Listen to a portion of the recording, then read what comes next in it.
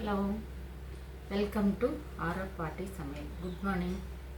எல்லாம் நல்லா இருக்கீங்களா? ரொம்ப நாள் ஆச்சு வீடியோ போட்டு. சரி, இன்றைக்கி ஒரு குழம்பு வீடியோ போடலான்ட்டு ஆரம்பிச்சிருக்கேன்.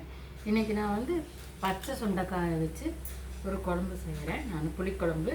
அதுக்கு பாருங்க, நான் இவ்வளோ சுண்டைக்காய் எடுத்து கழுவி வச்சுருக்கேன். இனி இதுக்கப்புறம் இதை ஒரு கவரில் போட்டு நல்ல இடிகள் வச்சு தட்டி கொஞ்சம் விதையெல்லாம் எடுத்துட்டு மோர் கொஞ்சம் ஒரு ஸ்பூன் மோர் கலந்த தண்ணியிலையோ இல்லை அரிசி கழிஞ்ச தண்ணியிலையோ இதை போட்டுடணும். போட்டால் தான் இது கருப்பாகாமல் இருக்கும். அப்புறம் எடுத்து குழம்பு தாளிக்கும் போது வடித்து தாளிச்சுக்கலாம். பாருங்கள், குழம்புக்கு நான் பாருங்கள் சின்ன வெங்காயம், கருவேப்பிலை, தேங்காய், ஒரு தக்காளி, 2 பூண்டு, இஞ்சி, வரமிளகாய், பாருங்கள் சோம்பு, பட்டை, கிராம்பு, இது கூட கொஞ்சம் சீரகம், மிளகு போடுவேன். அவ்வளோதாங்க. இதெல்லாம் போட்டு வணக்கி அரைச்சிட்டு நம்ம குழம்பு தாளிக்கலாம். அதுக்கு பாருங்கள், நான் இந்த சைஸ் புளி எடுத்து சுடுதண்ணியில் போட்டு வச்சுருக்கேன். நான் இதெல்லாம் ரெடி பண்ணிவிட்டு அரைச்சிட்டு அப்புறம் பார்க்கலாங்க. இப்போ நம்ம இதுக்கு வணக்கிக்கலாங்க.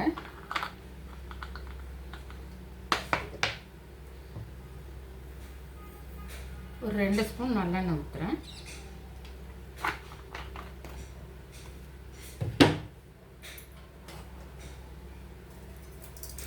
பாருங்கள், 1 ஸ்பூன் சீரகம், 1 ஸ்பூன் மிளகு, 1 ஸ்பூன் கடலைப்பருப்பு,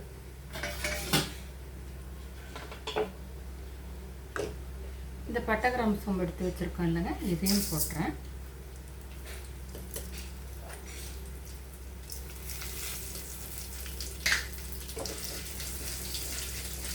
பாருங்கள், இது பொரிய ஆரம்பிச்சோன்னா நம்ம எடுத்து வச்சுருக்கிற வெண்டைக்காய், வரமிளகாய், இந்த சின்ன வெங்காயம், வரமிளகாய்,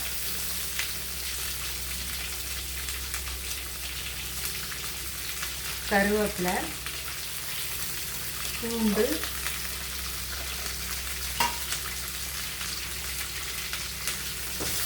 எல்லாம் போட்டு வதக்கிக்கலாங்க.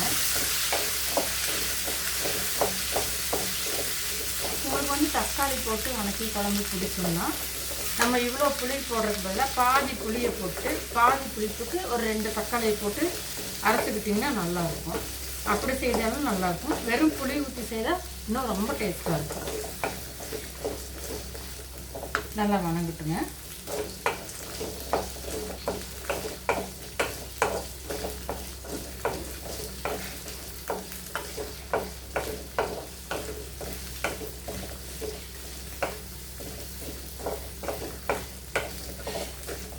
அப்படியே ஸ்லோவிலேயே வணங்கட்டும்.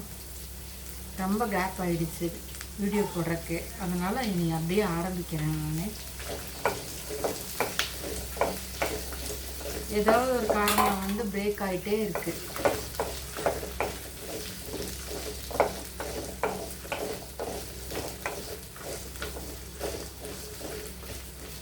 நல்லா வணங்கட்டும்.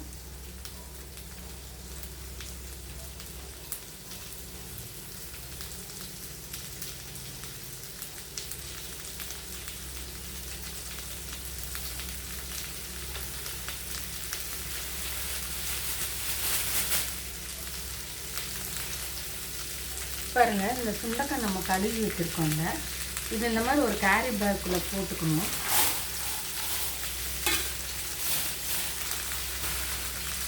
போட்டுட்டு நம்ம இந்த இஞ்சி பூண்டு கட்டுறோம் இல்லைங்களா, இந்த கல் எடுத்து பாருங்கள், இப்படி கல்லில் அப்படியே கவர் நல்லா கெட்டியாக பிடிச்சிட்டு தட்டிக்கணும். உங்களுக்கு இது எனக்கு காமிக்க முடியல. கவரில் போட்டு தட்டிகிட்டு இருக்கேன் இப்போ நான்.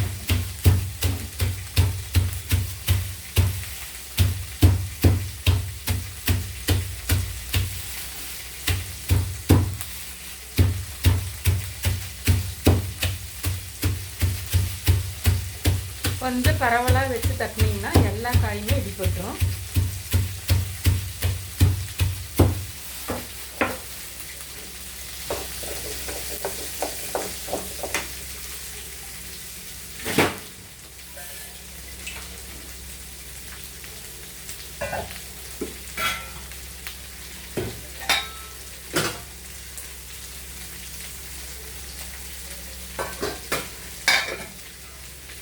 பாருங்கள், கொஞ்சம் மோர் கலந்த தண்ணி, கொஞ்சம் மோர் கலந்து அதுக்குள்ளே தண்ணி ஊற்றிக்கிறேன் நான்.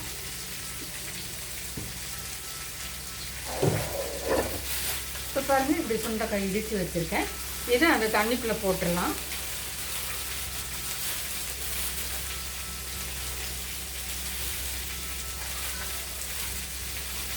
இந்த தண்ணி அப்படியே ஒரு மாதிரி ப்ரௌன் கலராக வரும். அதுக்கு தான் இந்த மோருக்குள்ளே போட்டுட்டோம்னா ஒன்றும் ஆகாது. பாருங்கள், இப்படி மோர் தண்ணியில் போட்டு வச்சிடணும். தாளிக்கும் போது எடுத்துக்கலாங்க. இதோ இது வணங்கிடுச்சு.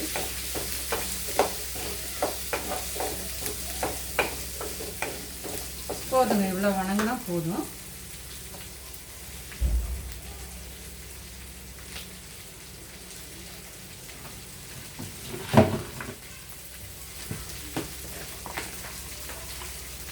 இப்போ நான் கொத்தமல்லி தூள் போடுறேன். இது வந்து நாங்கள் வீட்லேயே வெறும் கொத்தமல்லியை வெயிலில் காய வச்சு பவுடர் பண்ணி வச்சுருக்கேன். பாருங்கள், இப்படி 2 ஸ்பூன் போடுறேன். எங்களுக்கு அளவு வந்து பார்த்திங்கன்னா, நம்ம இப்படி போட்டு இப்படி பரட்டும் போது எல்லா வெங்காயத்துலையும் இப்படி கரெக்டாக ஒட்டி இருக்கணும். பார்த்திங்களா, இதுதான் அளவு கரெக்டாக இருக்கும். இந்த வெங்காயத்துக்கு இந்த மாதிரி ஸ்பூனில் குமிச்சு 2 ஸ்பூன் போட்டிங்கன்னா கரெக்டாக இருக்கும். இப்போ நம்ம தேங்காயும் போட்டு இது எல்லாம் அரைச்சிட்டு குழம்பு தாளிக்கலாம். பாருங்கள், இப்போ நம்ம குழம்பு தாளிச்சுக்கலாம்.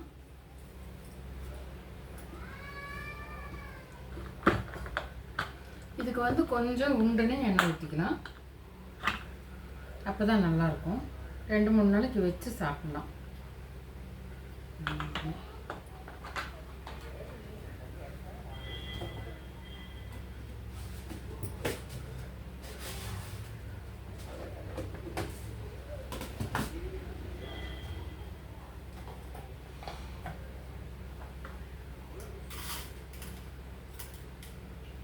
கூட கொஞ்சம் தேங்காய் எண்ணெய் ஊற்றுறேன்.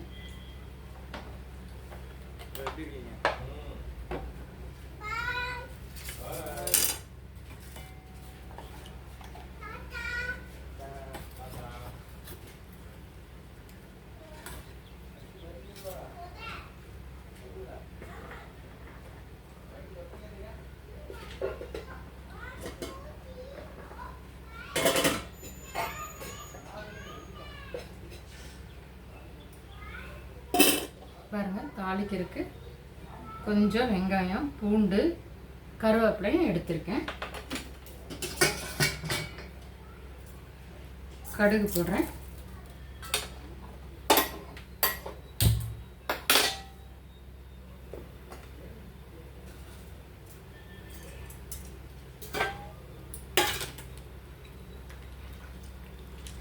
பாருங்கள், இதை வந்து இப்படி கொஞ்சம் பிசைஞ்சு விட்டு எடுத்துக்கிட்டிங்கன்னா நல்லா இருக்குங்க.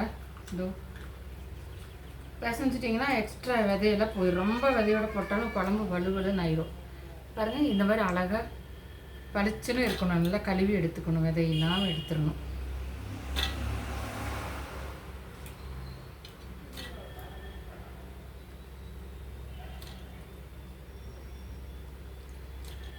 தண்ணி இல்லாமல் வடித்து எடுத்துக்கலாங்க.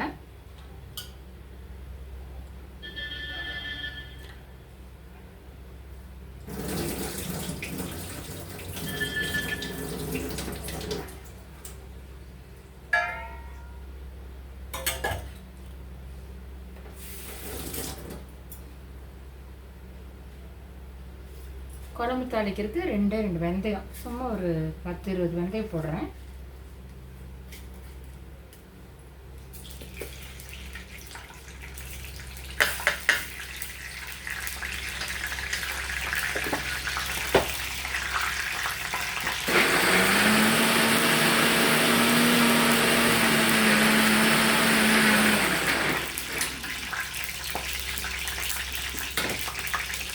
பாருங்கள், நம்ம வணக்கின வெங்காயத்தையெல்லாம் நல்லா அரைச்சாச்சு.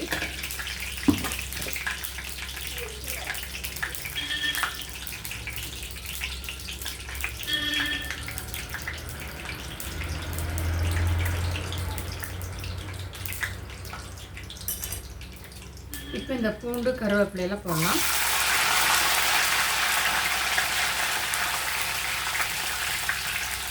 வெங்காயம் வந்து சின்ன வெங்காயம் குட்டி குட்டியாக இருந்தால் முழுசாக போடலாம், இல்லைன்னா நல்லா ரெண்டாக எடுத்து போடலாம். இது பொடியாக இருக்குது, அதனால் நான் மேலால் இருக்கிறது மட்டும் எடுத்து போடுறேன்.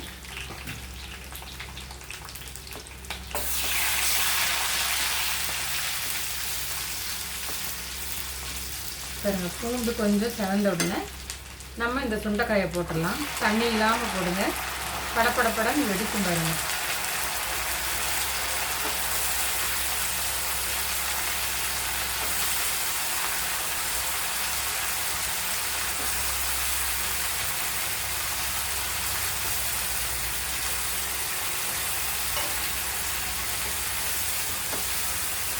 ஒரு தக்காளி கட் பண்ணி வச்சுருக்கேன், நான் அதையும் போடுறேன்.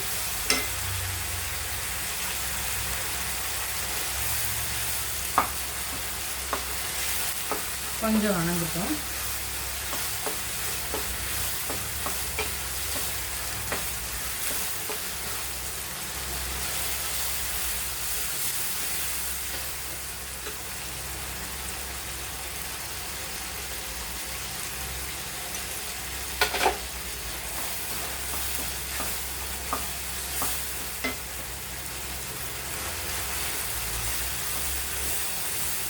கொஞ்சம் வணங்கட்டுங்க.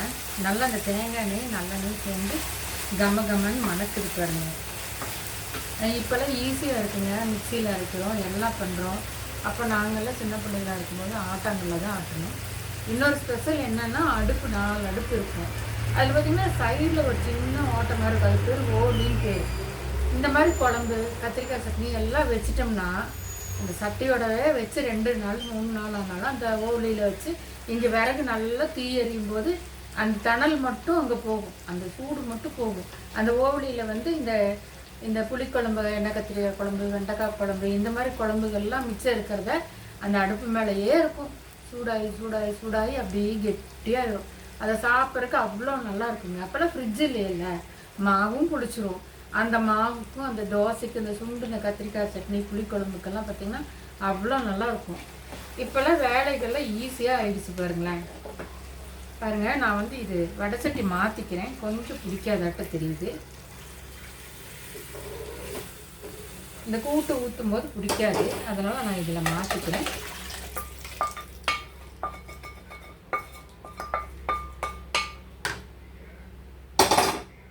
இந்த புளி ஊற்றியாச்சு. இப்போ நம்ம இந்த அரைச்சதையும் ஊற்றிடுறேன்.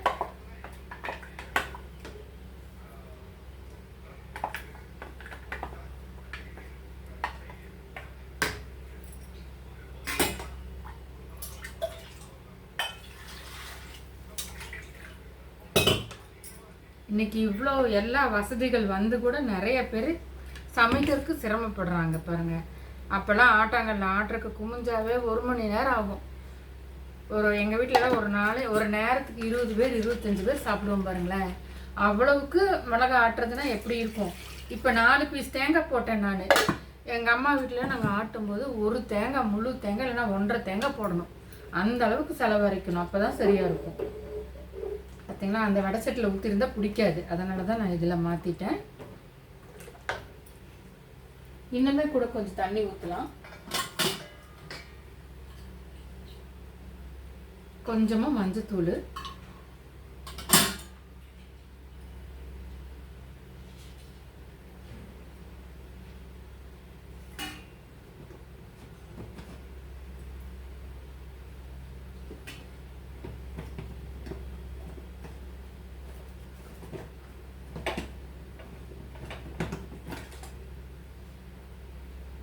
இன்றைக்கி வந்து நான் இந்த பிங்க் சால்ட்டு தான் போடுறேன், இவ்வளோ போடுறேங்க. அப்புறம் வேணால் டேஸ்ட் பார்த்து போட்டுக்கலாம். கல் உப்பு போடும்போது நாங்கள் கணக்கே பார்க்க மாட்டோம், இவ்வளோ எடுத்து போட்டால் அது கரெக்டாக இருக்கும். இது வந்து இப்போ இந்த குழம்புக்கு போடுறதுனால எனக்கு கரெக்டாக இருக்குமான்னு தெரியல, பார்த்துக்கலாம். அப்புறம் பாருங்கள், இன்னுமே கொஞ்சம் தண்ணி ஊற்றலாம். இந்த மாதிரி புளிக்குழம்பு, மீன் குழம்பெல்லாம் வைக்கும்போது நீங்கள் கொஞ்சம் தண்ணி நிறைய வச்சு அது சுண்டி வரணும், அப்போ தான் குழம்போட டேஸ்ட்டு நல்லா இருக்கும் பாருங்கள். பாருங்கள், நல்லா கலக்கி விட்டுக்கணும். இப்போ எல்லாம் போட்டாச்சு, உப்பு போட்டாச்சு, புளி ஊற்றியாச்சு, எல்லாமே பண்ணியாச்சு, அரைச்சது ஊற்றியாச்சு. இதை நீ நல்லா சுண்டி வரட்டுங்க, நம்ம பார்க்கலாம். இப்படியே கொதிக்கணும். ஃபுல்லாக தீ வச்சு நல்லா கொதித்து கடைசியில் ஒரு 5 நிமிஷம் ஸ்லோவில் வச்சிங்கன்னா அந்த எண்ணெயெல்லாம் அப்படியே மேலே வரும். குழம்பாகட்டுங்க, நம்ம பார்த்துக்கலாம். பார்த்தீங்களா, நம்ம சுண்டக்காய் குழம்பு ரெடி ஆகிடுச்சு. சூப்பராக பாருங்கள். இது நிறைய வடைச்சட்டி நிறைய தண்ணி ஊற்றி வச்சேன் பாருங்கள். இப்போ பாருங்கள் எப்படி இருக்குன்ட்டு. நல்லா சுண்டி கரெக்டாக வந்திருக்கு பாருங்கள். இன்னும் கொஞ்ச நேரம் ஸ்லோவில் வந்தால் அப்படியே ரொம்ப நல்லா அப்படியே எண்ணெய் மேலே வரும்.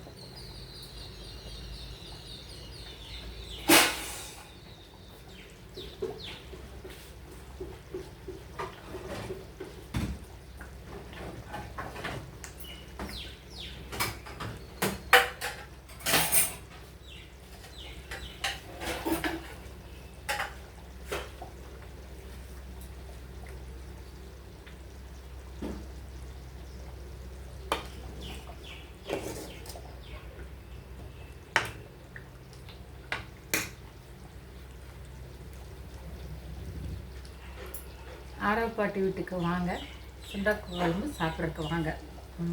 இதே மாதிரி நீங்களும் செய்து பாருங்கள். உங்களுக்கு பிடிச்சிருந்துச்சுன்னா கமெண்ட் பண்ணுங்கள், லைக் பண்ணுங்கள், ஷேர் பண்ணுங்கள். தேங்க்யூ. இந்த குழம்பு இன்னும் கொஞ்ச நேரம் அப்படியே ஸ்லோவில் இருந்தால் எண்ணெய் மேலே வந்துடும், நிறுத்திடலாம். அவ்வளோதான் குழம்பு. தேங்க்யூ.